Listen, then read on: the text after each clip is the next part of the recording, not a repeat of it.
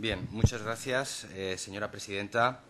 El conjunto de enmiendas a las que me voy a referir a continuación aluden básicamente a cuestiones de carácter fiscal. Hemos presentado un conjunto de enmiendas cuya finalidad es fundamentalmente obtener mayores ingresos, pero no obtener mayores ingresos del conjunto de los valencianos y de las valencianas, sino de aquellas personas que están en disposición de hacer un mayor esfuerzo para contribuir a aportar mayores ingresos a las arcas públicas autonómicas en un momento en que están tan necesitadas de ellos. En particular, y en relación con lo que tiene que ver con el impuesto de patrimonio, a mí me gustaría recordar que en este ejercicio, en el ejercicio actual, no se está recaudando el impuesto de patrimonio. Eso significa que la Generalitat Valenciana ha renunciado en 2012 a recaudar más de 70 millones de euros, mientras aquí en esta comunidad se está exigiendo sacrificios prácticamente a todo el mundo. Se exige sacrificios a los jubilados, que están pagando por sus medicamentos una parte de su coste. Se exige sacrificios a los empleados públicos, que no van a recibir la paga extra, a los maestros, que han perdido el complemento que reconoce su formación, a los médicos, que han perdido los complementos de carrera profesional. Se aumentan tasas, como las universitarias, y se ha dicho aquí, pero se ha renunciado a pedir este esfuerzo en el ejercicio de 2012 a 18.000 valencianos. La media que estos valencianos van a dejar de aportar a las arcas públicas se encuentra entre 3.800 y 3.900 euros al año que no se van a aportar. De manera que mientras se exige un sacrificio a todos estos colectivos y a otros más que no he citado, pues se está permitiendo que esa cantidad, entre 3.800 y 3.900 euros año, se mantenga en el bolsillo de algunas personas que podían haber hecho de verdad un esfuerzo para contribuir. Nosotros lo que proponemos en nuestra enmienda es que el Consell, ahora que ha decidido recuperarlo, aceptándolo como una forma válida de recaudación, parecía que el año pasado por estas fechas no lo era, pues nosotros proponemos elevar la tarifa. Elevar la tarifa para obtener ingresos adicionales. Y además no es un aumento de la tarifa especialmente elevado. Pensamos que con ello no estamos pidiendo a los posibles contribuyentes que hagan un gran esfuerzo. ¿Por qué? Porque la vivienda habitual, como es conocido, no está sujeta a tributación hasta 300.000 euros y el resto del patrimonio tampoco tributa hasta 700.000 euros. De manera que, incluso aceptando nuestra enmienda, como no puede ser de otro modo, un contribuyente con una vivienda valorada en 300.000 euros y un patrimonio restante de 700.000 euros seguiría sin pagar absolutamente nada. De hecho, lo que supondría aceptar nuestra enmienda en relación con el impuesto de patrimonio es que un contribuyente con patrimonio de 1 millón de euros pagaría 150 euros más al año, un contribuyente con un patrimonio de 2 millones de euros pagaría 1.300 euros más al año. Entendemos que no estamos exigiendo un esfuerzo muy elevado y que además se podría pedir este esfuerzo a quienes están en disposición de hacerlo.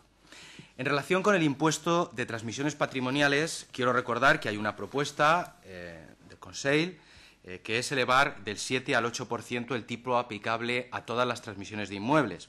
Esa propuesta en su día estaba en la Ley de Tributos Ambientales, a la que nos hemos referido antes, y acaba de aprobarse como enmienda del Grupo Popular a esta ley de acompañamiento. En nuestra enmienda lo que nosotros planteamos, con carácter general, es que el impuesto solo se eleve al 7,5% para las operaciones de menos de 250.000 euros, que aumente hasta el 8,75% para la parte que exceda de 250.000 euros hasta 500.000 euros y que crezca hasta el 10% para el importe en que la transmisión patrimonial supere los 500.000 euros. De esta manera estaríamos pidiéndole que haga una mayor aportación a quien puede permitirse el esfuerzo de efectuar una adquisición inmobiliaria de un mayor importe. Además, también estamos proponiendo que, salvo los garajes anejos a la vivienda y con un máximo de 2, este tipo de inmuebles también tribute de acuerdo con una escala creciente, como la que he comentado anteriormente, e igualmente estamos proponiendo aumentar del 4 al 8% lo que se paga cuando se adquiere un vehículo de gran potencia, una embarcación de recreo de más de 8 metros de eslora o cuando se compran objetos de arte y antigüedades. Entendemos, vuelvo a repetir, que las personas que pueden permitirse el esfuerzo de comprar este tipo de activos, este tipo de elementos patrimoniales, pues podrían contribuir más en función del importe de la adquisición. Proponemos también una serie de enmiendas en relación con el impuesto sobre sucesiones y donaciones. Ya que dispongo de un poquito de tiempo, quisiera enmarcar un poco por qué presentamos esta enmienda, aunque prometo no alargarme demasiado.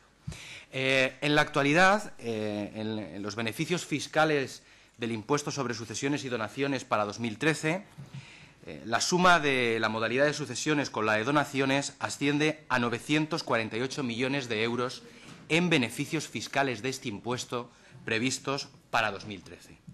La finalidad de nuestra enmienda en relación con este impuesto no es suprimir todos estos beneficios fiscales. De hecho, no podríamos, aunque quisiéramos, porque la mayor parte de estos beneficios fiscales tienen su origen en normas estatales.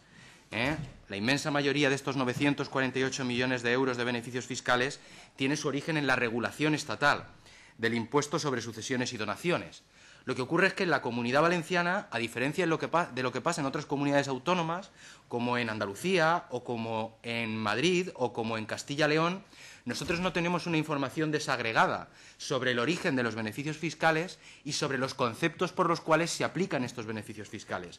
De hecho, no podemos conocer de los 948 millones de euros de beneficios fiscales que se otorgan en el impuesto sobre sucesiones y donaciones, pues no podemos conocer cuál es la parte que tiene su origen en la normativa estatal y cuál en la normativa autonómica.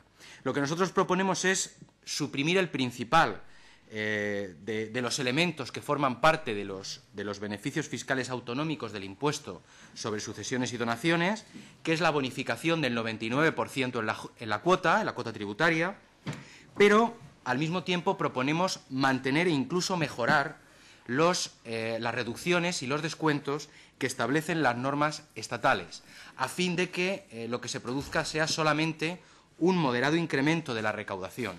¿Un moderado incremento de la recaudación sobre quién? Pues sobre las personas que reciben grandes herencias o grandes donaciones. Insisto, solo en estos casos. Ahora bien, la aprobación de nuestra enmienda sí permitiría, ciertamente, reactivar el impuesto, que no está activado en la mayoría de los casos, y que ese impuesto pudiera recuperar parte de su capacidad recaudatoria. No voy a entrar en un detalle preciso de todas las reducciones y de todas las modificaciones que proponemos para mejorar lo que serían las exenciones establecidas por la norma estatal, sí referirme, por ejemplo, a que por supuesto, quedaría liberada de tributación la transmisión por herencia o donación de una empresa individual, de un negocio profesional o de la vivienda habitual del fallecido. De manera que, insisto, el objeto de nuestra enmienda iría solamente a buscar un incremento de la recaudación moderado, en cualquier caso, como consecuencia de la modificación de la actual normativa autonómica, concretamente de la supresión del 99% que existe en la actualidad. Hemos propuesto también un impuesto que grave a las entidades bancarias en función de los volúmenes de depósitos que mantienen. No a los clientes, sino a las entidades, en función de los depósitos captados a través de las oficinas situadas en la Comunidad Valenciana. Esto es un impuesto similar al que ya existe en otras comunidades. Existe en Canarias, existe en Extremadura, existe en Andalucía. Previsiblemente iba a establecerlo Asturias, y es un impuesto que hace unos días, además, el Tribunal Constitucional declaró, a través de una sentencia, pues que se trataba de un impuesto plenamente constitucional. Es verdad que el Gobierno de España va a tratar de legislar deprisa y corriendo para evitar que este impuesto se aplique en las comunidades autónomas donde se está aplicando. También es verdad que a esas comunidades les va a ofrecer una compensación. Y yo creo que nosotros en la Comunidad Valenciana no deberíamos desperdiciar la oportunidad que tenemos, porque si aprobásemos la enmienda del Grupo Socialista respecto de este impuesto sobre las entidades bancarias, esa enmienda quedase incorporada a la ley de acompañamiento, nuestra ley de acompañamiento entraría en vigor el día 1 de enero de 2013, a la vez que previsiblemente entrará en vigor la norma estatal que pretende impedir la aplicación de este impuesto por parte de las comunidades autónomas, y yo entiendo que en la misma medida en que Andalucía, Extremadura o Canarias podríamos dirigirnos al Gobierno de España para que nos compensase también, ya que si va a compensar a Extremadura, a Andalucía o a Canarias porque no le va a dejar aplicar el impuesto, pues yo entiendo que nosotros también podríamos reclamar esa compensación. Estamos hablando de 100 millones de euros, ni más ni menos, que es la cantidad aproximada que se podría recaudar en la Comunidad Valenciana mediante la aplicación de este tributo. Bien, también en materia fiscal hemos propuesto la modificación de algunas deducciones, particularmente hemos propuesto la modificación de la deducción por familia numerosa para pedir la equiparación a los cónyuges de las uniones de hecho.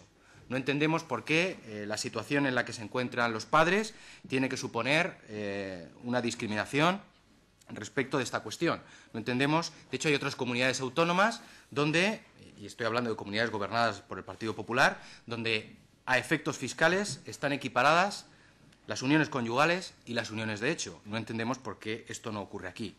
Asimismo, proponemos que en esta deducción por familia numerosa, que el Consell quiere elevar para el próximo año, se tenga en cuenta de una manera especial la situación de las familias monoparentales o la situación de las familias que existiendo, o sea, no siendo monoparentales, existiendo los dos progenitores, estando vivos los dos progenitores, existiendo en cualquier caso los dos, pues uno de ellos esté desempleado.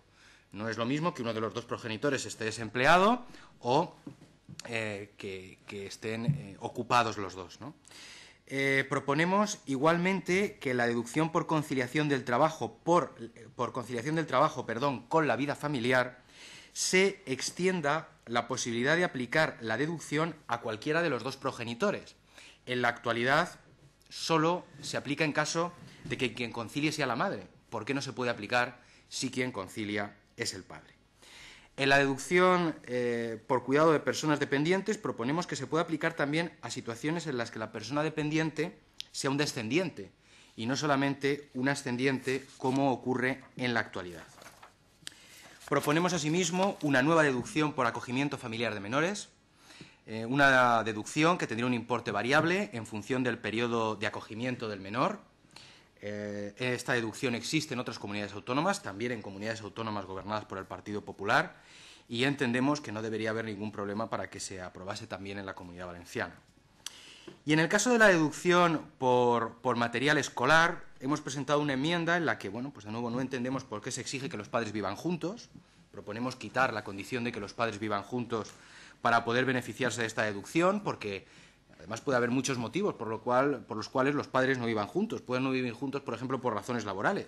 Y si no vivieran juntos por estar legalmente divorciados, pues tampoco entendemos por qué la situación de desempleo de al menos uno de los dos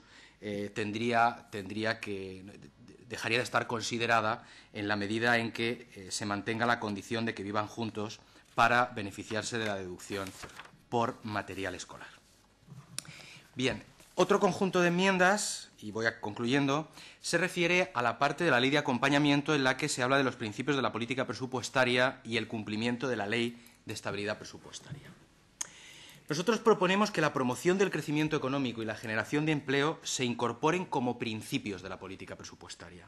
Entendemos que la política presupuestaria no debe estar subordinada únicamente a la austeridad y a la estabilidad financiera, porque afirmar, como se afirma implícitamente en el actual redactado, en la actual redacción de la ley de acompañamiento, que la austeridad conduce al crecimiento y al empleo, es una opinión y, en definitiva, es defender un postulado ideológico. No hay ningún consenso a este respecto en el ámbito académico. Es más, lo que la realidad nos está mostrando es más bien lo contrario. Nos está mostrando que la austeridad excesiva y que los recortes indiscriminados del gasto generan un círculo vicioso que estrangula el crecimiento y la generación de empleo. En este ámbito proponemos también que se dé cuenta al SCORS del marco presupuestario plurianual que se tiene que elaborar en cumplimiento de la Ley Orgánica de Estabilidad Presupuestaria. Perdón, con el micrófono. Proponemos que el techo de gasto que se tiene que aprobar se apruebe el SCORS, que no sea un acuerdo del Consell el que sirva para aprobar ese techo de gasto. Proponemos que entre las informaciones que contenga la memoria explicativa del proyecto de ley de presupuestos de la Generalitat figuren las variaciones previstas en la cuenta 409, es decir, en los gastos pendientes de aplicar a presupuesto. No tengo que recordar aquí la sorpresa esta que nos llevamos en el mes de abril cuando de pronto aparecieron 1.850 millones de euros en facturas que ni estaban en la contabilidad presupuestaria ni estaban en la contabilidad financiera, es decir, en la cuenta 409. Y hacemos una propuesta, además, que nos parece muy relevante por algo que he dicho antes. Proponemos que los presupuestos vengan acompañados de una memoria de beneficios fiscales como las de otras comunidades autónomas, como la de Madrid, como la de Castilla y León, como la de Andalucía, donde se describa de manera precisa qué beneficios fiscales que se aplican en la Comunidad Valenciana tienen origen en normas estatales y qué beneficios fiscales tienen origen en normas autonómicas y el concepto concreto. ¿Por qué? Porque si no nos encontramos, como hemos venido observando durante los últimos años, que el Gobierno valenciano acude a la venta a bombo y platillo de los beneficios autonómicos que se contienen en las normas fiscales y, sin embargo, nos encontramos con que al final esos beneficios autonómicos no son tales, pues la inmensa mayoría son beneficios que tienen su origen en normas estatales. Proponemos igualmente que los superávit presupuestarios se destinen a amortizar deudas solo en situaciones excepcionales, que aquellas circunstancias en las que se hayan observado más de 3 trimestres consecutivos de disminución de la ocupación o en las que existan tasas de paro superiores a las asociadas al nivel de crecimiento potencial a largo plazo de la economía valenciana, proponemos que en estos casos los superávit no se destinen a amortizar deuda, sino a invertir en proyectos que tengan un impacto elevado sobre el crecimiento y sobre la generación de empleo. Y, finalmente, proponemos también, en relación con estas enmiendas, que se remita al SCORS el informe sobre los cumplimientos de los objetivos de estabilidad presupuestaria.